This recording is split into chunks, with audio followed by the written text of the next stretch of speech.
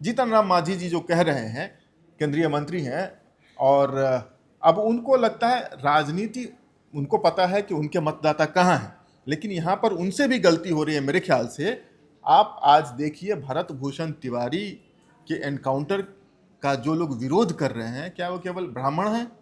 क्या वो केवल सवर्ण समाज के लोग हैं? नहीं, उनमें अधिकता, खास करके जिस गांव की बात कर रहे हैं बिलौटी, उसी गांव के पड़ोस में एक गांव है जवनिया, जी जो कि गंगा के दियारे में आ जाने से पूरा गांव डूब गया।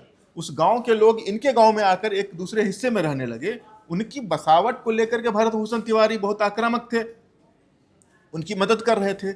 आप जाएं भरत भूषण, आज उनकी तरफ भी है, और आपके पास फुटेज आएंगे, देखेंगे आप वहां पर अधिकांश लोग जो भरत भूषण तिवारी के समर्थन में आ रहे हैं वो दलित समाज से हैं, सवर्ण नहीं है। वो सवर्ण तो वहां पर दो चार घर ही है। बिल्कुल। कौन उनके समर्थन में खड़ा है इस वक्त? वही व्यक्ति जिनके हक की लड़ाई ये लड़ रहे थे, जिनके हक की लड़ाई की बात जीतन राम मांझी करते हैं।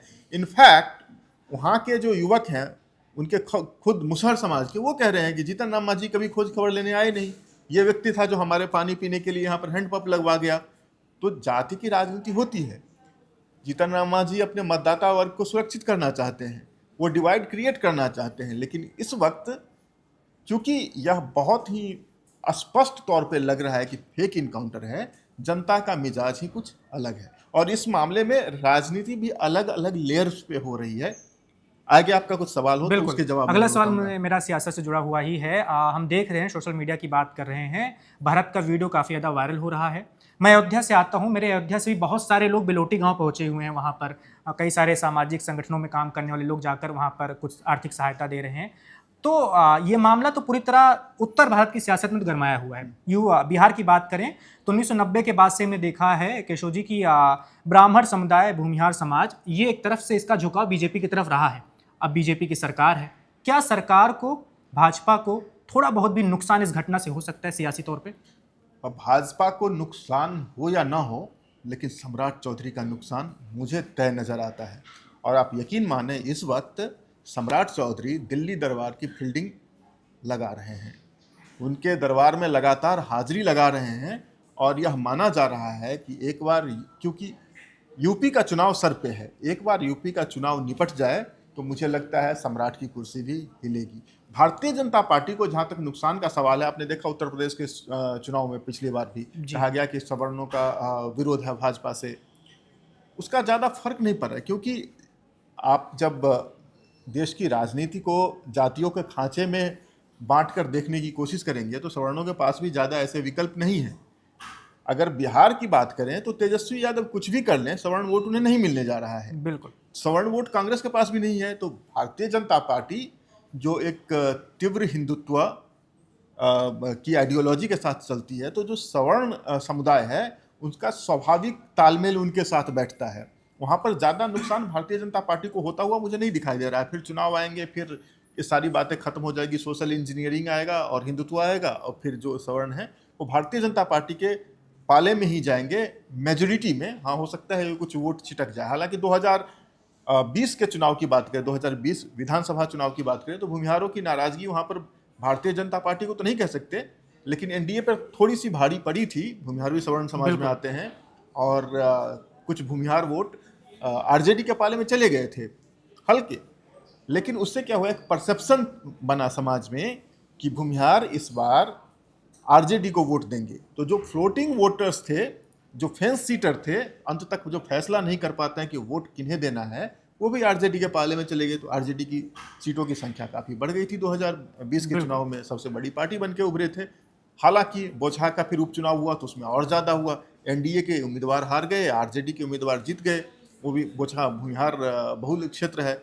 लेकिन फिर जब 2024 का लोकसभा चुनाव आया, 2025 का विधानसभा चुनाव आया, तो चाहे वो भूमिहार हो, ब्राह्मण हो, जो सवर्ण मतदाता हैं, उनका झुकाव, स्वाभाविक झुकाव भारतीय जनता पार्टी के साथ है और आगे भी रहेगा। 2029 हो या फिर 2030 हो, मुझे नहीं लगता है कि उसमें बहुत ज़्यादा फेरबदल होगा। हालांकि सम्राट की कुर्सी पर मुझे इस वक्त खतरा मंडराता हुआ दिख रहा है। और मैं जो कह रहा हूँ वो ऐसे नहीं कह रहा हूँ। सम्राट चौधरी की दिल्ली यात्रा बढ़ गई है। अभी इस वक्त दिल्ली में ही है वो। बिल्कुल।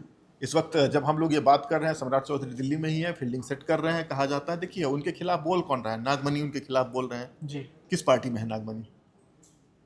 उन्हीं के इसमें है ना, सहयोगी। सहयोगी पार्टी में है ना। नागमणि ओपनली बोल रहे हैं। जी। सम्राट चौधरी, आप समझिए कि यूपी चुनाव तक की प्रतीक्षा क्यों की जा रही है? क्योंकि वो कुशवाहा समाज से हैं। कुशवाहा समाज से है, नंबर 1। ये बड़ी वजह नहीं है। बड़ी वजह है कि सम्राट चौधरी अगर हटाए जाते हैं अभी, तो किस आरोप में हटाए जाएंगे? एनकाउंटर के आरोप में। बिल्कुल। और एनकाउंटर सबसे ज़्यादा कहाँ हो रहा है? यूपी में हो रहा है। एनकाउंटर और बुलडोजर पॉलिटिक्स के नाम पर अगर सम्राट चौधरी को हटाया जाएगा, तो बीजेपी के अपने ही यूपी मॉडल पर प्रश्न चिन्ह खड़ा हो जाएगा। फिर चुनाव में कैसे इस मुद्दे को भुनाएंगे? इसीलिए सम्राट चौधरी को एक महीन राजनीति के तहत 3-4 महीने खींचने की तैयारी है। और एक बार जब यूपी चुनाव निपट जाए, तो फिर सम्राट चौधरी को भी आहिस्ता से जगह लगा दिया जाएगा। इस बीच देखिए क्या क्या हो रहा है।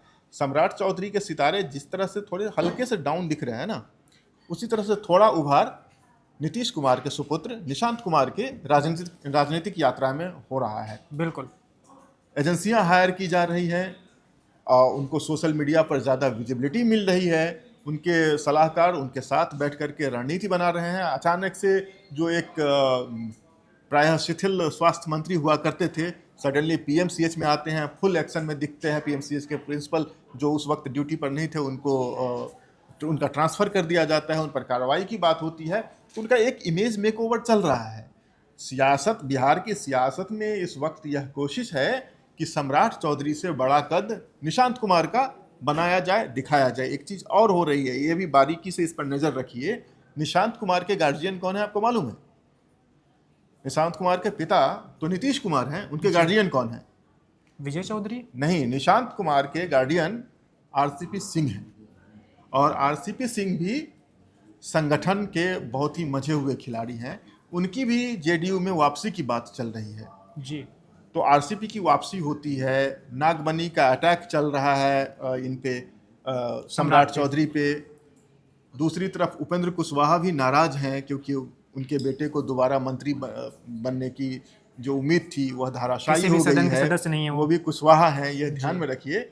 सब कुछ आप सारे इक्वेशन को अगर पेज पे रखेंगे तो आपको ये बात समझ में आ जाएगा कि सम्राट चौधरी के सितारे थोड़े अभी इस वक्त हिले हुए हैं। हालांकि ये राजनीति है, राजनीति कब क्या करवट लेगी यह कहना तो मुश्किल है, लेकिन जो अभी पृष्ठ पर दिखाई दे रहा है वो ये है कि भारतीय जनता पार्टी की सरकार पर तो खतरा नहीं है, सम्राट की कुर्सी पर खतरा है।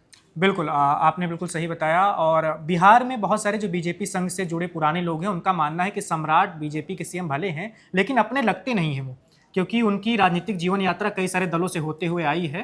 तो अभी वो पूरी तरह उनको अपना नहीं रहे बीजेपी के पुराने कार्यकर्ता। क्या ये सच है? ये बिल्कुल सच है। ये बिल्कुल सच है। आप देखिए कि सम्राट चौधरी मुख्यमंत्री बने कैसे। जब बिहार में पावर ट्रांसफर की बात हो रही थी तो नीतीश कुमार से समझौता हो चुका था। नीतीश कुमार मान गए थे कि वो बिहार की गद्दी छोड़ेंगे, राज्यसभा आएंगे और फिर आगे जो भी लोग हैं वो पावर अपना संभालें। बिल्कुल। जब ये सारी चीज़ें हो रही थी, दिल्ली में मैराथन बैठक चल रही थी। उसमें बुलाए गए थे सम्राट चौधरी, क्योंकि वो स्टेट प्रेसिडेंट थे, भाजपा के प्रांतीय अध्यक्ष थे बिहार के, उनको बुलाया गया था। नितिन नवीन को बुलाया गया था। एक व्यक्ति को और बुलाया गया था। उस व्यक्ति का नाम है श्रेयसी सिंह। श्रेयसी सिंह जो दूसरी बार की विधायक और पहली बार की मंत्री थी बिहार सरकार में, उनको क्यों बुलाया गया था? और जब उनको बुलाया गया था, बातचीत यहाँ हो रही थी, श्रेयसी सिंह और नितिन नवीन दिल्ली में थे और सम्राट चौधरी उल्टे पांव पटना पहुंच गए थे। भारतीय जनता पार्टी की मीटिंग को छोड़कर सम्राट चौधरी नीतीश कुमार के जेडीयू की मीटिंग में चले गए और फिर वहां पर वही लवकुश समीकरण सामने आया।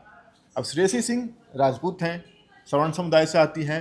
बिहार की सत्ता में पिछले 30 सालों से ओबीसी का राज है। कुछ दिनों के लिए जीतन राम मांझी रहे थे, लेकिन जीतन राम मांझी भी रबर स्टैंप मुख्यमंत्री ही थे। सत्ता तो मुख्यतः नीतीश कुमार के हाथ में थी। अब जब आप ये समझिए कि भारतीय जनता पार्टी की पसंद श्रेयसी सिंह थी, क्योंकि प्रेस कॉन्फ्रेंस में श्रेयसी सिंह से जब पूछा गया कि आप चीफ मिनिस्टर बनने वाली हैं, तो बड़े कॉन्फिडेंस के साथ और मुस्कुराहट के साथ उन्होंने कहा कि बस कुछ ही घंटों की बात है, आप वेट कर लीजिए, पता चल जाएगा। उन पर पुष्प वर्षा की गई। न नितिन नवीन ने उस बात का खंडन किया, न श्रेयसी सिंह ने खंडन किया। तो मुहर तो लग चुका था श्रेयसी सिंह के नाम पर, जैसा कि बताया जा रहा है, लेकिन सम्राट चौधरी भी भले भाजपा में नए हों लेकिन राजनीति के धुरंधर हैं। उन्होंने तुरंत नीतीश कुमार के साथ सेटिंग बिठाई, लव कुश समीकरण की बात होने लगी और कहा जाने लगा कि भाई हम इतना मेहनत किए हैं, हमको मतलब कुशवाहा समुदाय को भी अपना हक मिलना चाहिए। देखिए ये लोग बात से पलट रहे हैं। फिर नीतीश कुमार अड़ गए थे। नीतीश कुमार का स्टेटमेंट देखिए, वो क्या कहते हैं कि बात तो ये होती है कि हम में से कोई बनेगा, हम में से कोई कौन, कुर्मी या कुशवाहा में से कोई बनेगा, तो फिर ये श्रेयसी सिंह कहाँ से आ रही है। तो सम्राट चौधरी मुख्यमंत्री बिहार में भाजपा के कोटे से जरूर हैं, लेकिन उनको मुख्यमंत्री बनवाने में नीतीश कुमार का वीटो है। नीतीश कुमार के वीटो से मुख्यमंत्री बने थे। कितने दिनों तक चलेगा यह कहा नहीं जा सकता, लेकिन जिस तरह की घटनाक्रम हो रहे हैं, जिस तरह सम्राट चौधरी की सरकार अपना इकबाल खो रही है, भारतीय जनता पार्टी का केंद्रीय नेतृत्व इस बात को लेकर बहुत वॉचफुल होगा। वो इस बात को देख रहे हैं, इसको इवेलुएट कर रहे हैं, और मुझे लगता है कि यह समय सही नहीं है। अगर उनको अभी हटाते हैं कुर्सी से तो भारतीय जनता पार्टी का यूपी में जो बुलडोजर और एनकाउंटर मॉडल है वह क्वेश्चन के घेरे में आ जाएगा। इसीलिए भारतीय जनता पार्टी अभी इंतजार कर रही है। सरकार की सेहत पर कोई फर्क नहीं है बिल्कुल, लेकिन सम्राट चौधरी की कुर्सी देखना होगा मार्च के बाद रहती है या नहीं। बिल्कुल। सम्राट चौधरी देखते हैं इस एनकाउंटर वाले मामले से कैसे निपटते हैं, क्योंकि ये मामला बिहार की सियासत में छाया हुआ है। जैसा कि हमने बताया कि इसका क्या प्रभाव पड़ सकता है बिहार की सियासत पर और किस तरह जोड़ा जा रहा है भरत तिवारी एनकाउंटर को संवर्ण समाज के गुस्से से, वो जायज़ नहीं है, क्योंकि वो कई सारे और भी समाज के लोगों की हक की बात उठाते थे। जैसा कि केशव जी ने बताया कि दूसरे गाँव के लोगों को भी बसाने का काम कर रहे थे। तो देखते हैं आगे क्या होता है। जो भी नई जानकारी, नया अपडेट सामने आएगा वो आपको लगातार वन इंडिया पर मिलता रहेगा। देश दुनिया की और तमाम खबरों को जानने के लिए आप देखते रहिए one India. Subscribe to One India and never miss an update. Download the One India app now.